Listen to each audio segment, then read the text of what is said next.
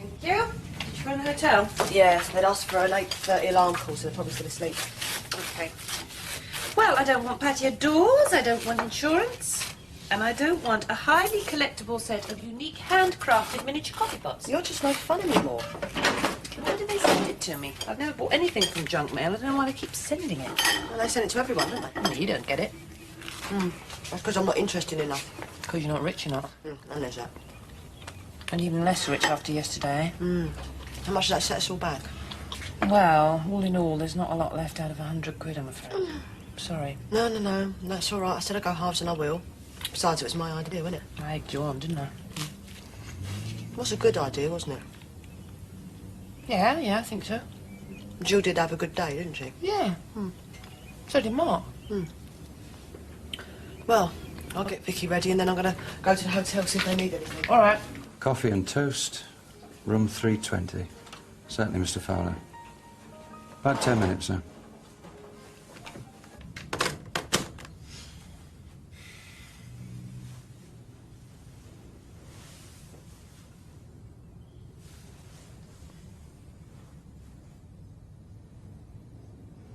How did it go yesterday?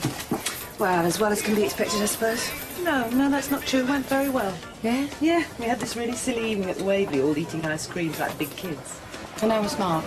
Or is that a silly question? Yeah, I suppose it is, really. He's coping. At least he was yesterday. He's being brave. Being a lot more cheerful than I'd be under the circumstances, that's for sure.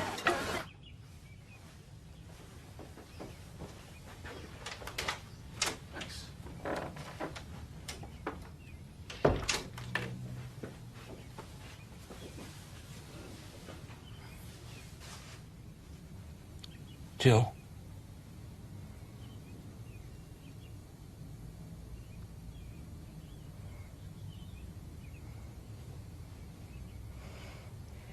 I think I'm going to have a fit again. Right.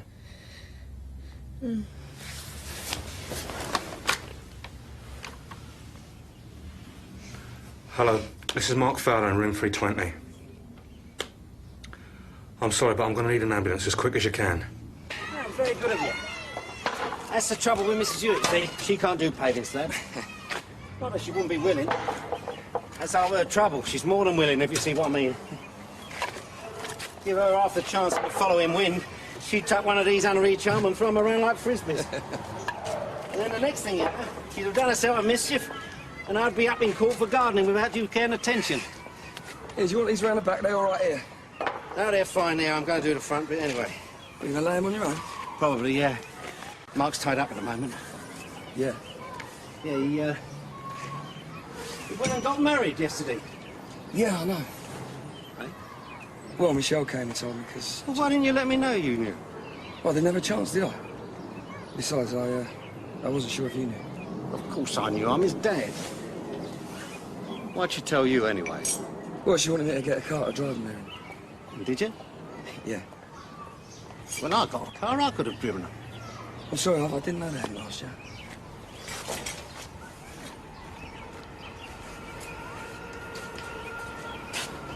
Michelle said it went okay. I don't know, mate. Didn't go in. Wasn't invited. Just Mark and Jill and Michelle and Rachel as witnesses. Well, knowing Rachel, she would have just invited herself in, wouldn't she? I mean, I'm sure Mark and Michelle would have preferred to have had you there, but you know what Rachel's like. She just took charge of things, if you know what I mean. Yeah, she's good at that, isn't she? Yeah, and your Michelle's not bad at it either. Yeah. It's all right, Phil. You don't have to humour me. Sometimes youngsters have to do things on their own, don't they? All right, Jill. It's George here. I'll look after you now. I'm going to take you back to your room. Mark's here with the football, so don't worry. So, did you have a good night last night? Yeah, I think so. I've been running around so much today, I can't really remember. I'm going to go to the hotel later, I'll see where they are. Oh, right. But listen, Phil. Don't tell me. You want another favour? Would I? Or do you want me to run you over there? No, I just wondered if you'd seen Dad this morning. Yeah, he's over at Barnes Green. I just got back from giving him an hand. Oh, well, I'll have to see him later. All right, cheers, Phil. Hey, Michelle. If you need anything, give us a bell, all right? Now, for a bit of a prat, you're all right. just going to transfer you over now, John. You'll be okay. There we go. Back in your own bed. Right, thanks very much. Jill?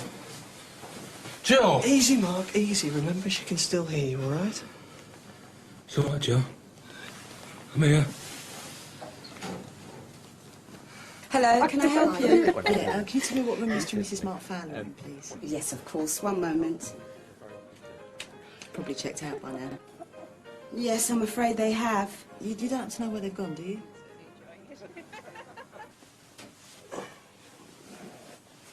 There we go. Everything's all right now. You have a good rest. What's all right? happening now? This could be it, mate. What are you doing? I'm making her comfortable. Well, what flaming good is that? She's sick. Give her some pills or something. Do something. Mark, remember what I said? It's time to let go. Look, give her an injection or something, or put her on a life support system. Mark. Do something for her. Look, there must be something you can do. What do you know, you flaming Nancy nurse? You don't even know what you're talking about, do you? Who's in charge here? You go and find me someone who knows what he's doing. Oh, I'll go and find myself someone, shall I? Shall I go and do it? Mark, Jill can still hear you. Look, I need to do something. Well, what you can do is come in and sit down. Chat to her nicely. Tell her you love her. See her off gently. Come on, calm down.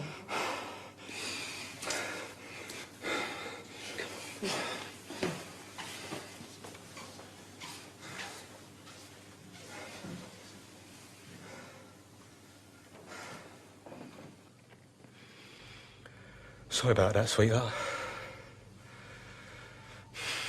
You know what I'm like in the morning.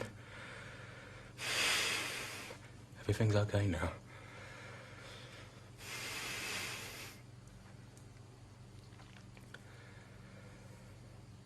I love you, Jill. Glad I met you.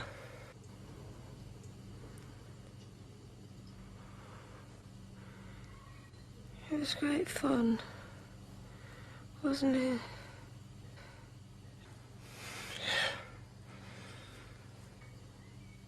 Yeah.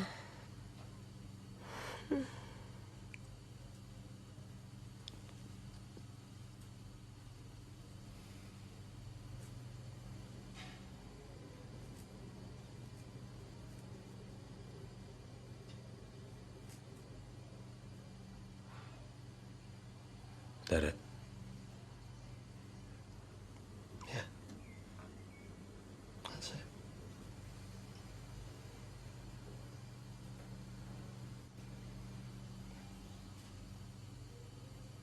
I didn't find it wrong. See. All right, thanks for telling me. Is Mark Fowler still there? Right, thanks. Bye. Is everything all right? Not really, no. Can I...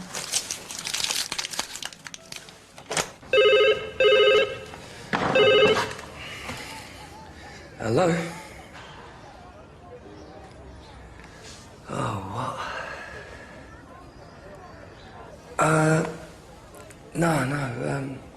No, I'll tell him. Yeah, no, it's no problem at all. I was going over there anyway. Yeah. Cheers, bye. No is the word you wanted, Philip.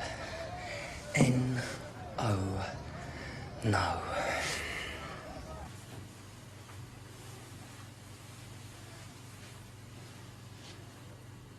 Enough?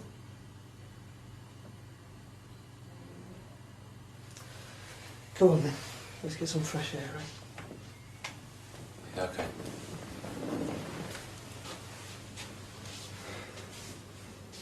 Hang on a sec.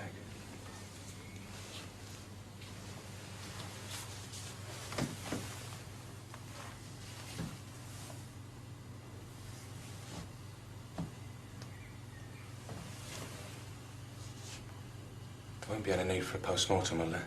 Of course not. Right. Right. She was wearing that dress yesterday. Can you make sure that everything's... I'll see she looks good, eh? Thanks. She also wanted to take her flowers with her as well. No problem. Good. Maybe I should take one as a memento or something. Do you want to? I don't know. No. No, it'll only spoil it. Leave it be. She had everything worked out in her head, you know. Everything went since she first knew.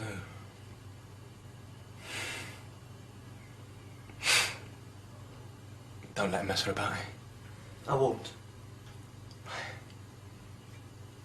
Right.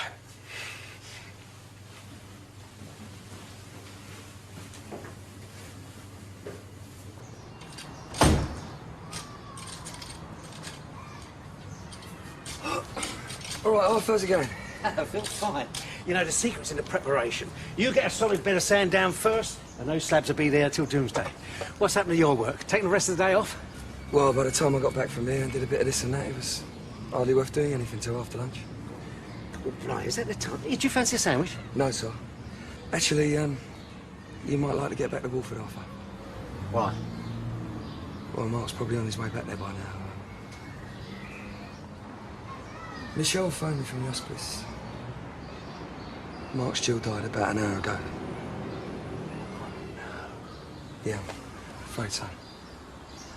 All right. Oh, thanks. Funny thing is, you know everything in your head, don't you? You know about death. You expect it. You prepare for it. But it still comes as such a great surprise when it actually happens. Do you know the form from here on in? What form? Have you made any arrangements? Jill talked about a funeral, if that's what you mean. Yeah, that's good. Short of saying what aftershave the vicar had to wear. She virtually planned the whole thing. Yeah, a lot of young people like to do that.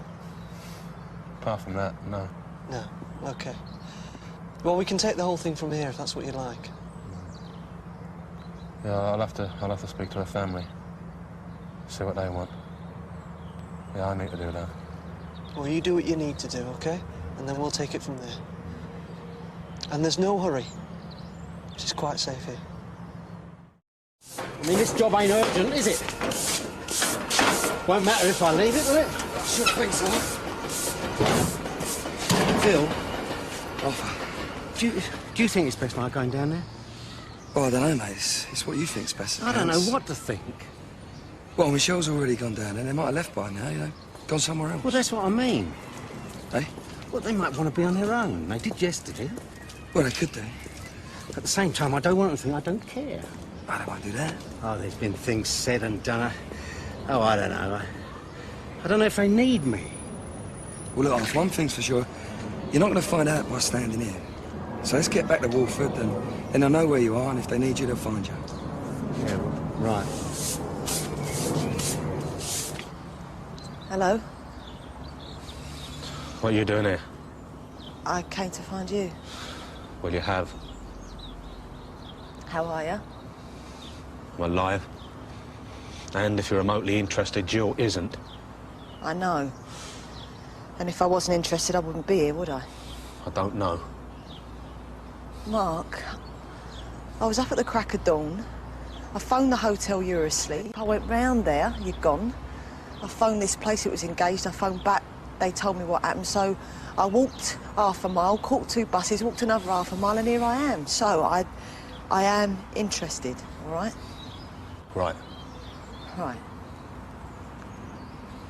Start again, shall we? What with? How are you? I don't know. I just feel like I want to hit something.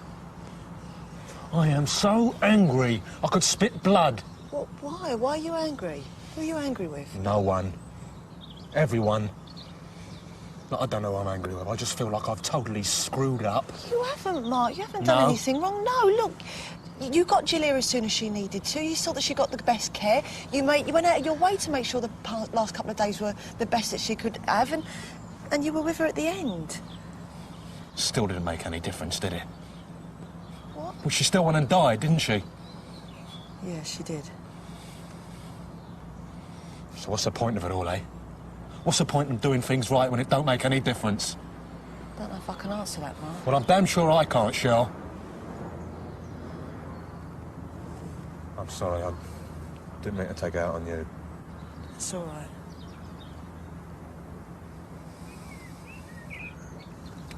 Look, I've got to get away from there. Why? It's a lovely garden. Well, you can stay here then. All I can feel is defeat. Do you want to be on your own? I don't know. Well, then I'll put it another way. Do you mind if I tag along? It's up to you. You're a pain in the arse sometimes, Mark. All right, let's go somewhere else.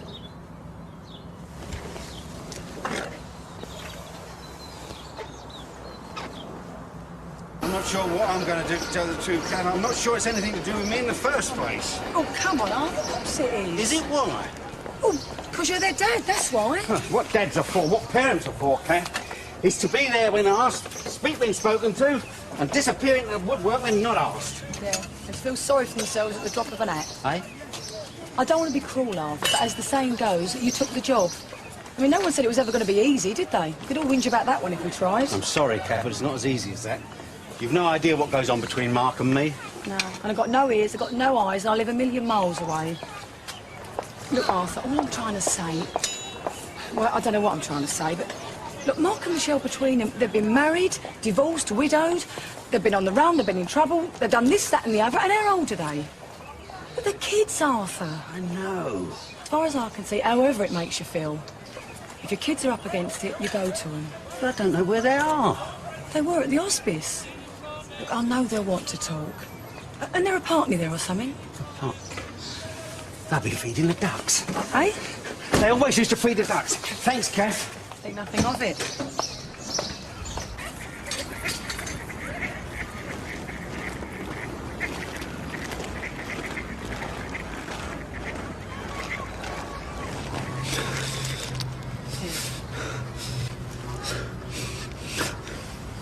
Stupid kid. I hate showing myself up in public. It's all right, there's no one looking. If anyone does come near, I'll just tell them to naff off, all right? Yeah, okay.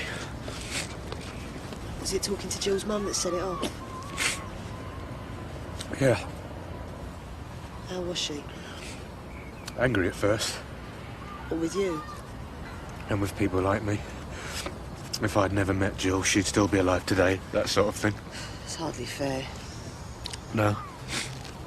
I mean, well, she knew it wasn't fair. She said she was sorry for saying it, she just couldn't help herself. I suppose. By the time we put the phone down, she was saying things like, you know, now that you're my son-in-law, you ought to keep in touch, that sort of thing. I thought you'd never met Jill's mum. I haven't. Said I got her shipped in to see him now. Got her for the funeral and that. Well, she's going up there to be buried. It's quite funny, really. Well, I'm saying, look, if you want to bury it up near you, then I'll sort it out. And she's saying, well, listen, you've got a right to have your wife buried near you. We'll come down south. Been ever so nice to each other, you know. There's no harm in that. In the end, the granddad was thinking it would be nice to have her buried beside her gran. So that's what we're doing. I'm going out to the Battle Hymn of the Republic. Yeah, that's the one. Do that for me when I go, eh? It's a good tune. Yeah, right. And wherever I am, you make sure someone brings me home. Okay.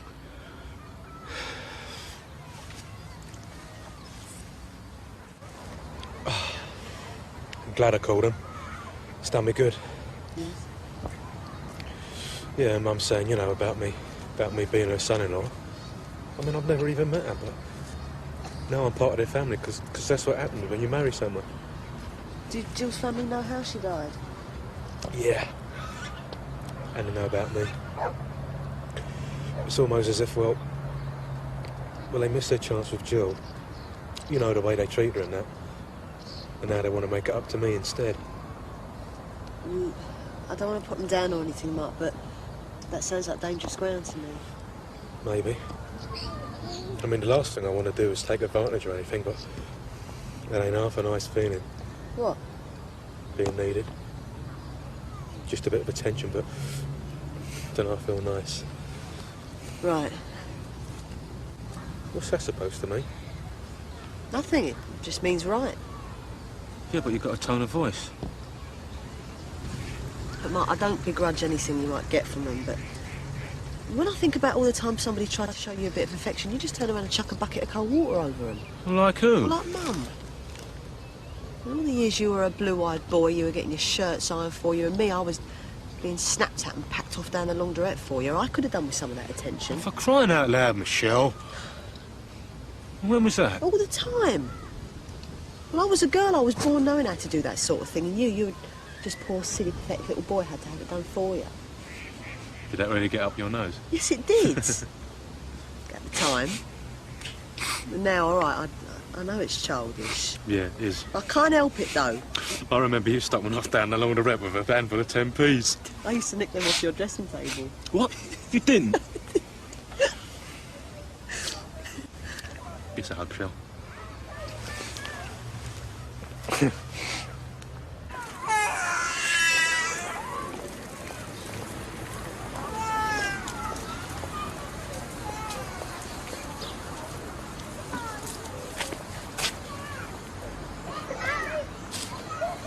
That's what I always felt about you and Dad.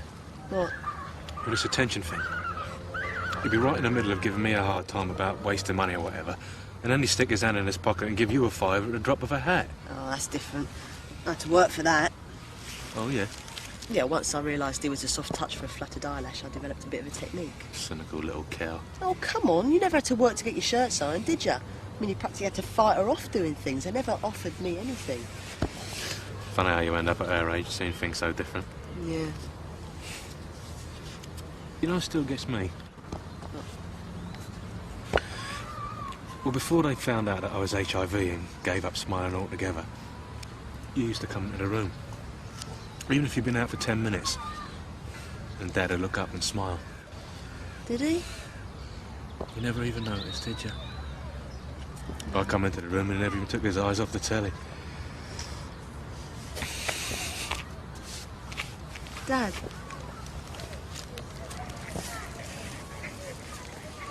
Can I join you? You want? Oh, this glass ain't as dry as it looks. You two want to watch it don't get piles. Don't worry, Dad, we won't. You've done a very good and brave thing. Proud of you. You two, both of you. I'm glad he's got a sister like you to watch over him. That's all. You know where I am if you need me. Don't, Dad. I've run out of tissues. Yeah, Oh, sure. it's disgusting. Mark, behave yourself. You two okay?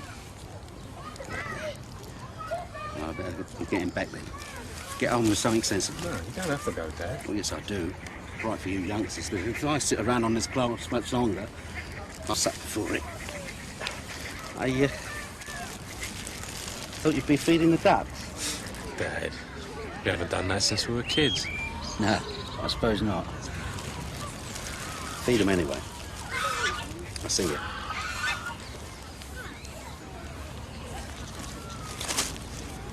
I didn't think you knew where we were. You're obviously wrong, weren't you? You're right. Yeah, I'm fine. Sorry for being angry with you earlier. That's all right. Stupid thing to do, though. Getting mad like that. Why change the habits of a lifetime?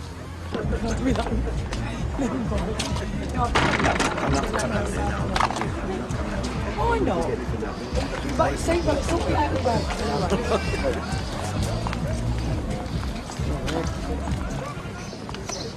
Arthur. Oh, hello, Kat. Any joy? Hey? Mark and Michelle, did you go looking for them? Oh, yeah, I did. And? I found them. How were they? Fine. Oh, good. Are you feeling any better? Oh, yeah, I'm okay, Kat. I was just looking at my beds. Haven't done too badly, all things considered. Eh? My beds. Put a lot of work into those in the spring. Getting rid of the weeds and that. Pays dividends in the end, doesn't it? Yeah, I suppose it does. Are you sure you're feeling all right, Art? Yeah, I'm all right, Kit. We better go soon. Yeah. You're going to be wondering where we are. Shall? Hmm? I'm going to go up to Shipton tonight. Right. Are you going to take the bike? Yeah, I am. What I was going to say was, don't really fancy going back now to explain things and talk to people, so I'm just going to go. OK. Can you explain things to Dad for me? Sure, yeah. Oh, and Rachel. Say thanks to her for me as well. Well, I will, Mark, but it would be nice if you called and said thanks. No, I will. But do it for me anyway, OK? Come on. What's the matter? I'm only going away for a few days. I know, it's... Well, I don't know, Mark, it sounds odd. Do this for me, do that for me. It's like you're setting things in order. Like Grandad before she died? Yeah. Nah. I'm not doing that, Shell. Chances are I've got a long way to go yet. I know, but... You know it, then. I mean, really know it. When I say that I want this or that at my funeral, it's only in the same way as you saying it. You ain't gonna get away with not having a funeral, are you? I don't know. I could get eaten by a tiger in the Amazon jungle. They don't have tigers in the Amazon, I don't think. You know what I mean. Listen, it's what happens between now and the end that matters, really, isn't it? It goes for you, for me, for anyone. My trouble is I get so obsessed by death that I forget about the rest of it. All you can do is try your best. What? All you can do is try your best. Could this really be the lazy, moronic, selfish Mark Fowler we all know and love? Be fair. I never said my very best was very good, did I? True. It was the business yesterday, though. Good. Suppose we'd be making a move. Yeah. You all right? I'll do.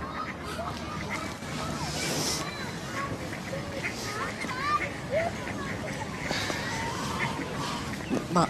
Oh, no. What? No, it's really bad. Well, no, go on, tell me. No, it's awful. Come on, I hate it when you do that. You promise you won't ever go? Well, I will if you don't tell me. I was just thinking of that poem Gran used to say. What one was that? Solomon Grundy. Born on a Monday, christened on Tuesday, Married on a Wednesday, widowed on a Thursday, took it on a Friday, died on a Saturday, buried on on a Sunday. And that was the end of Solomon Grundy. Not the end of Mark Fowler, though, eh? Nah, not yet.